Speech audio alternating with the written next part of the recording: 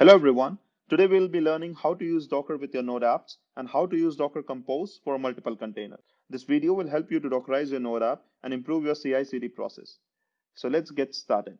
For that, we will create a simple Express app with one route serving some static content.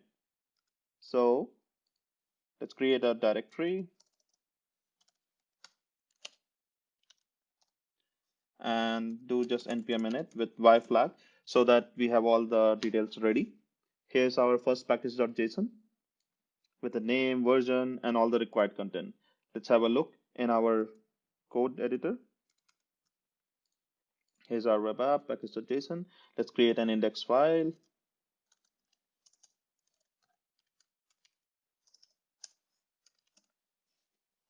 Here we don't need to do much, just express server.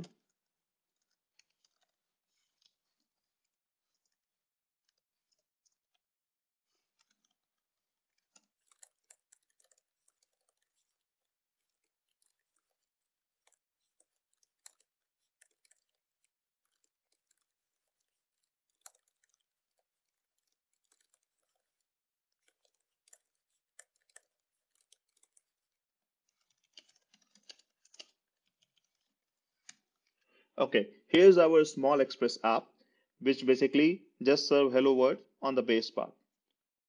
And we need an express server for that. We haven't installed it yet. So we will just do npm install express.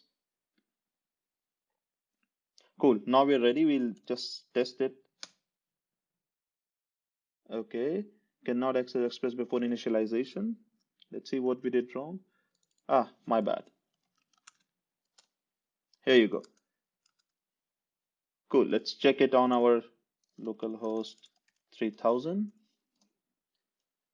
Bam. Works perfectly the way we want. Now, what we need to do is dockerize this node app. So first we'll kill this. And in order to dockerize, all we need to do is just define some rules which Docker can understand. And those rules are written in a file called as Docker file. So let's create one Docker file for our container.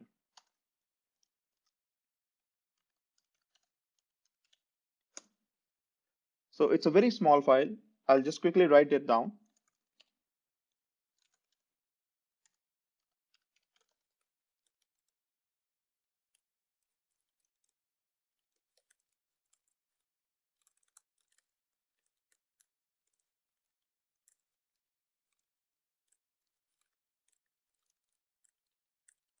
Cool. But I think I did a mistake in the name in the Docker file, so I'll just quickly rename. That's a good part of the editor. It lets you know you did something wrong. So I'll quickly explain this file. So basically we are pulling an image from Docker Hub.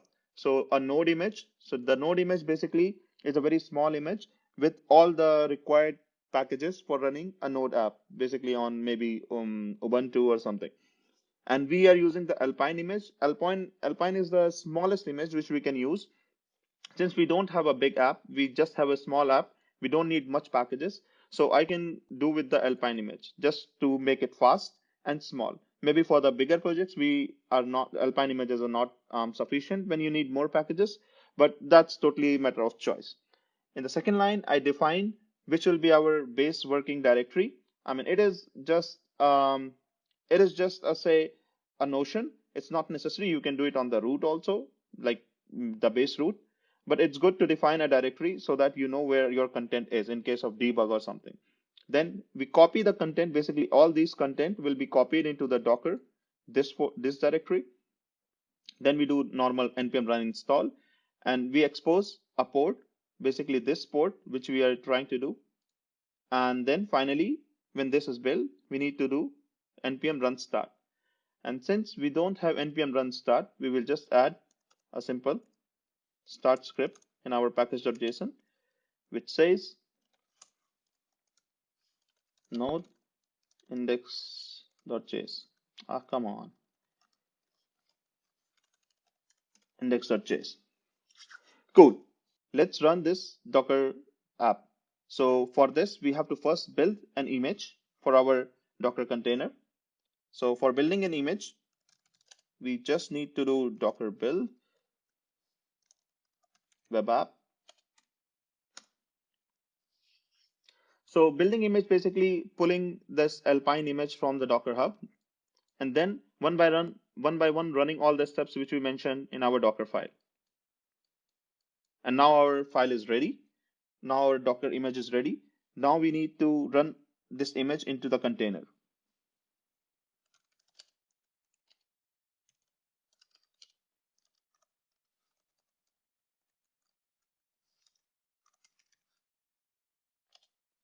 Okay, so what are we doing here is Docker run basically that will create a container with the name web app container. And this port basically what it does is this is the port on our host machine and this is the port which we are exposing in Docker. So this data will be mapped here. So this you can use in our browser or you can do normal curl, whatever, out of the Docker context. And this is the name of the image which is used to build this container. So let's do this. Cool. Now this app is ready at 3000. Let's quickly test it. It still works. And let's kill this Docker container. And now it don't work.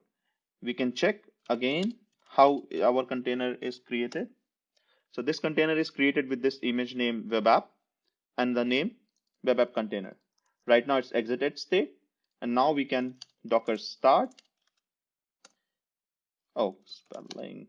Docker start web app container.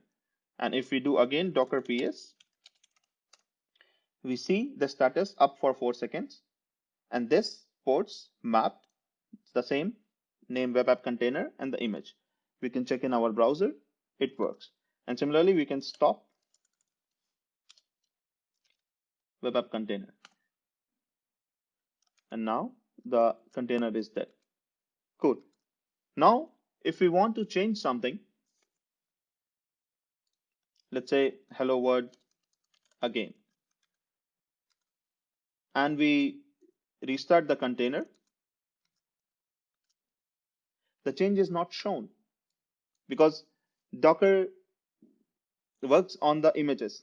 The images contains the old data and not the new version of the code. So let's maybe try this. Docker stop, web app container, and build the image again. It's building.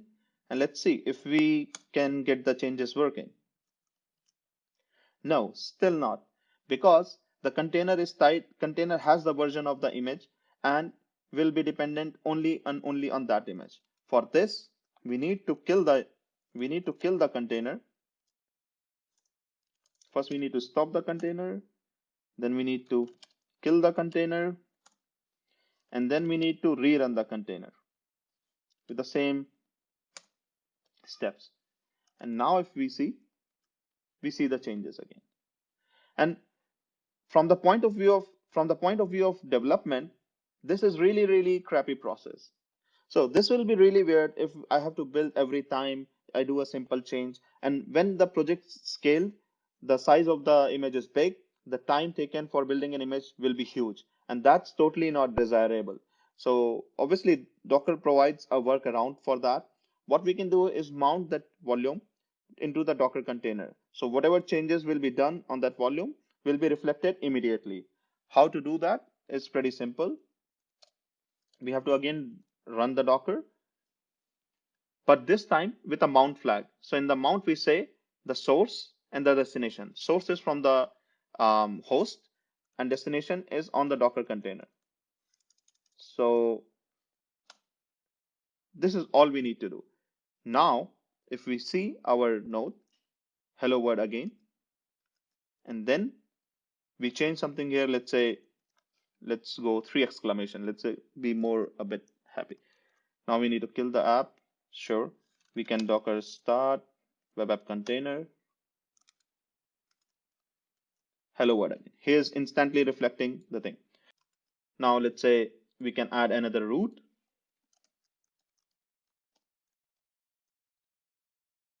Let's say name. My name is.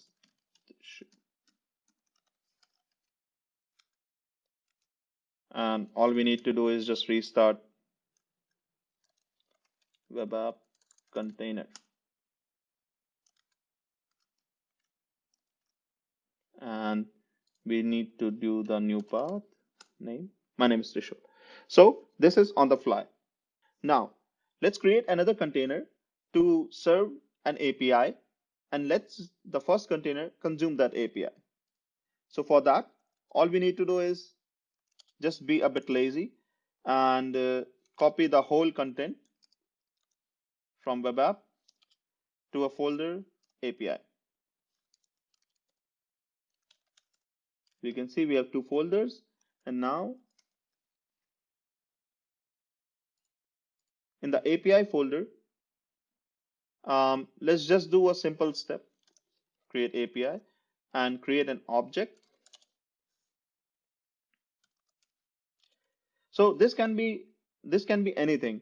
What we can do is like tie up a MySQL server or Mongo server. For the sake of simplicity for this video, I will just use a static data.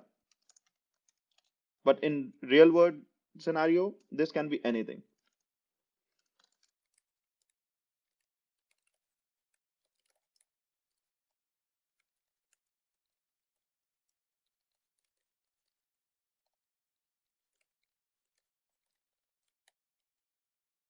Okay, so now our small API server is ready in the same setup, node index.js, index.api, and now we can build the Docker image for this too.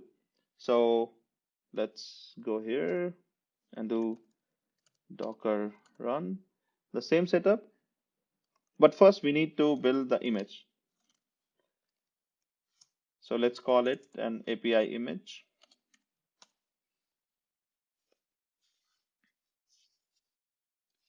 Okay, now we can run the Docker run with the same logic. Here we can do API and we can make this name API container. One quick thing before I just wanted to do this stuff is we didn't add here app.listen. Obviously we need to add because how else we'll listen. So let's listen this on port 3001 and just message console.log API server ready at 3001. Cool. And same here, we need to expose instead of 3000, we need to expose 3001. Boom, our server is ready at 3001. So let's see, localhost 3001. We need to give the path API, and here we have the data. So we have two servers running. One is at 3000, the web server, and other one is the API server. Cool. Now we have two servers running, but we are managing them individually. They have both Docker instances. Like for example, if you look here, go docker ps-a, we have two servers running. One is web app container, one is API container, but I have to deal them individually. Like for example, if I stop docker stop web app container, this will be stopped, but this will still be running. So in order to combine both, we need to have something called as Docker Compose. So it's a very simple step. All we need to do is create a Docker Compose file, which will manage both of them. So for that, all we need to do is just create a Docker compose.yml, and following needs to be done in very simple steps. I'll explain what I'm doing.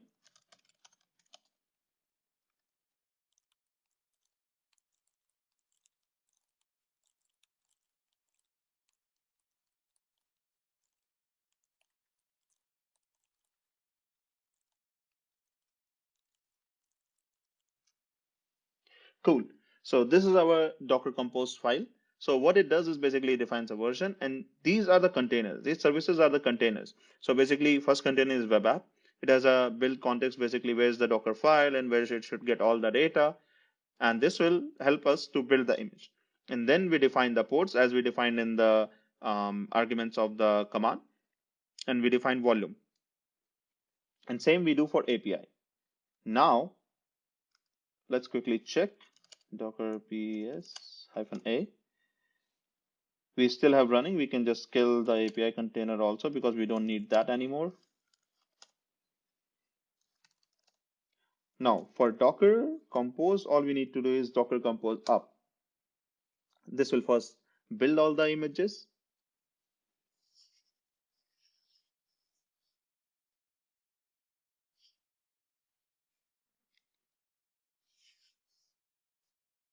And then both of them are ready. One is ready at 3000, one is ready at 3001.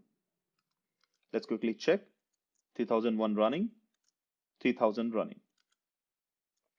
Now, what if we want to use the data of API into our web app? What if we want to do something like this? Let's say currency and fetch.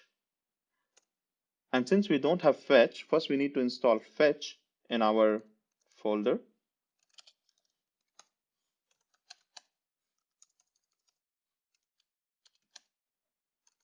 We'll install node fetch, and then we can simply use it.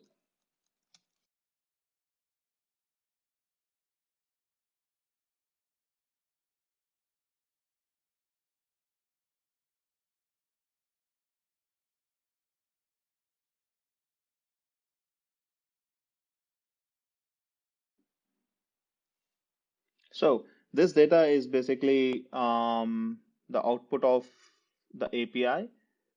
We can see this here. So it will be in this form. So we need to create a table. This will be a quick JavaScript reduce, I guess.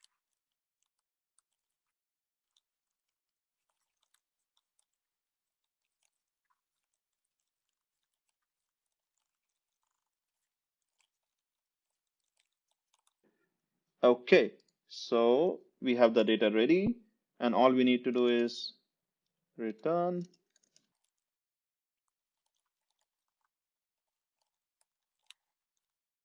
Okay, just for the sake of troubleshooting, let's put a catch also there.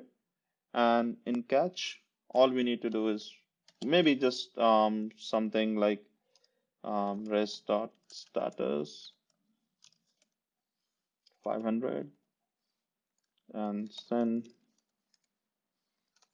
something went wrong.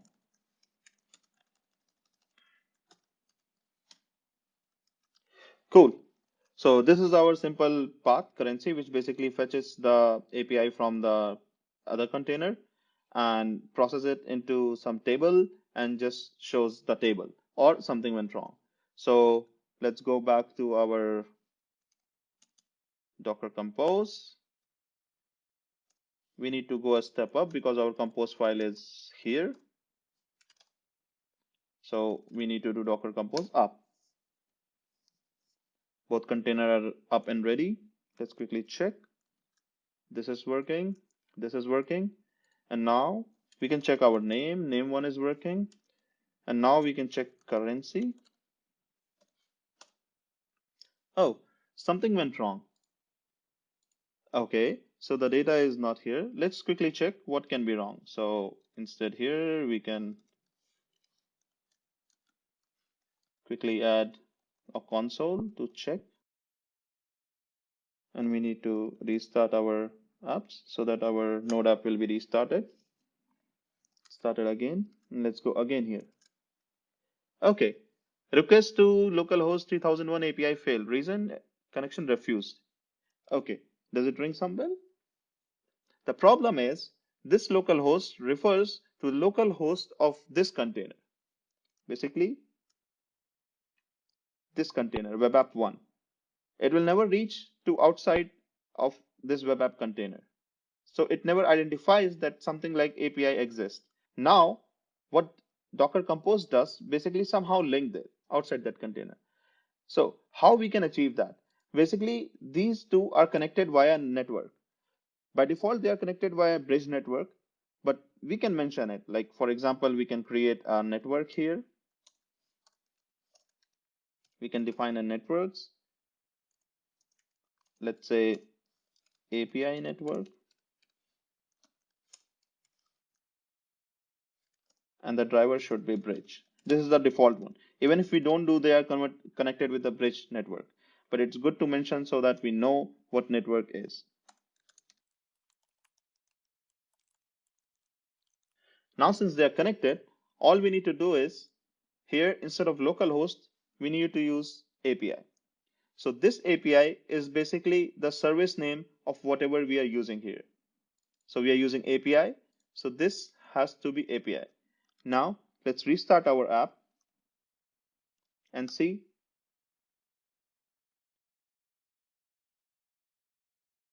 Uh-oh, there's a spelling mistake. My bad again. Network, network, network. Let's see if this works. Cool. Looks like it's working. Perfect. But still we have here object. Let's see what can be the cause of that. We didn't send an initialized value to our reduce function. And for that, again, we need to compose up. Here you go. This is our desired output.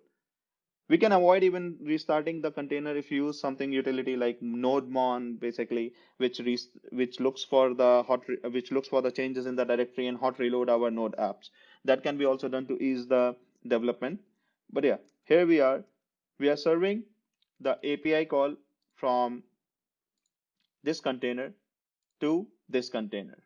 So that's what we can do with Docker Compose. This is a very small example, what can be done and how the containers can be interconnected. This can be like Mongo server, MySQL server, totally individual from this server, this container. So that's the power of Docker Compose. I hope now you have a bit clarity over how to Dockerize your Node app and how to use Docker Compose to manage multiple containers. I will upload this, all the code, into the GitHub repository of mine and mention the details in the description. That's all for this video. Thank you everyone for watching this and have a nice day. Bye bye.